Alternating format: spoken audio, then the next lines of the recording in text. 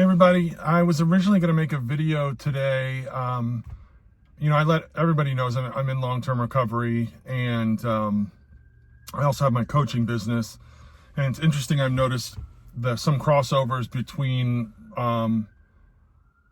the sponsee relationship and the 12-step program that I'm a part of, and the coaching of clients. And one of the things I bring from the 12-step world into my coaching clients is processing resentments. And so I was going to talk about that, but my heart got tugged because I was thinking about what I believe are some misconceptions about what 12-step programs are about and how effective they are. So this video is about the efficacy of those 12-step programs. And then also, secondary to that, something that I think is not talked about enough is the diagnosing of substance use disorder.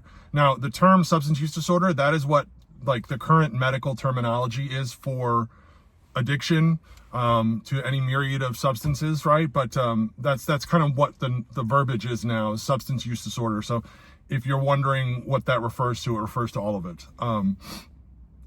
In terms of the efficacy of the 12 steps, I've been around 12-step programs for almost 20 years now, and I have heard a number of people that say, well, I gave that stuff a try and it didn't work for me. And I believe potentially there are rare cases where that is the situation.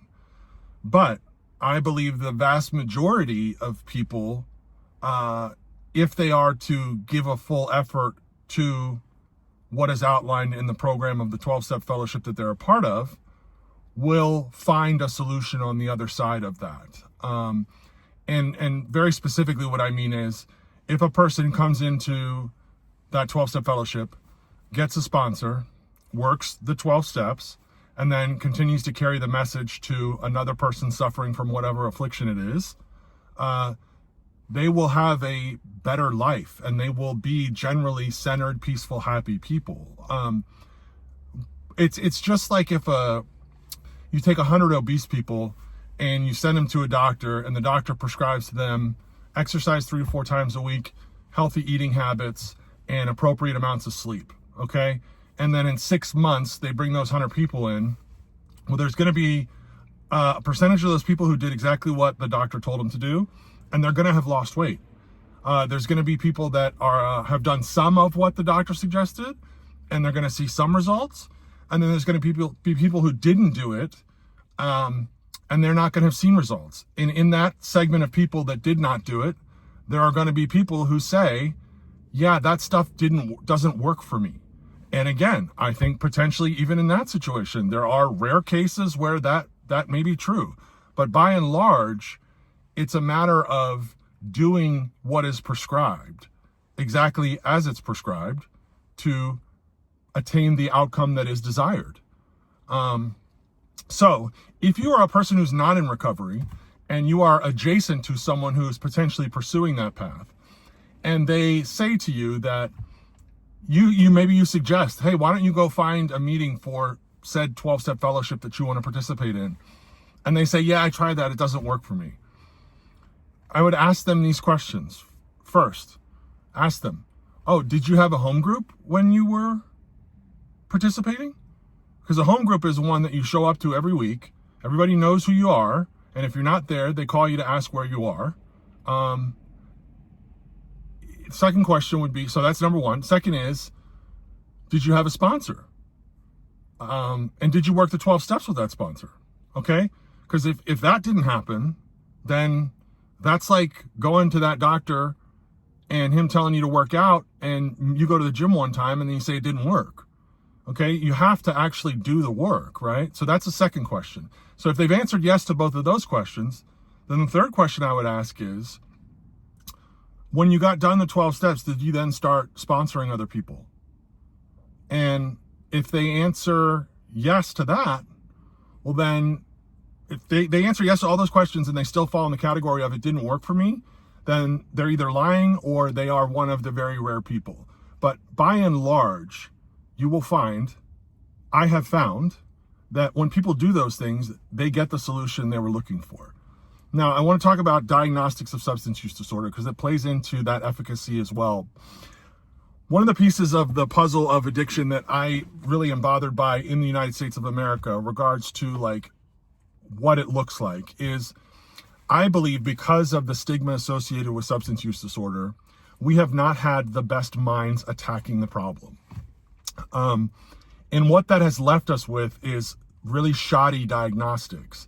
You know, if you look at any chronic progressive fatal disease, very typically there is a metric that they can study, a biomarker that will dictate where along the line of that progression of that disease you are, right? Cancer, you have stage 1, 2, 3, and 4. If you have diabetes, you get your A1C tested. That's going to kind of tell you where you're at. With addiction, with substance use disorder, we don't have that. Now, part of that is because a large chunk of what's going on is spiritual malady, and it's incredibly difficult to, analyze and put a marker on what that looks like. But I think in general, if you look at the DSM-5, which is the diagnostic manual utilized now for substance use disorder or other mental health issues, all the metrics that they have for substance use disorder are really environmental factors.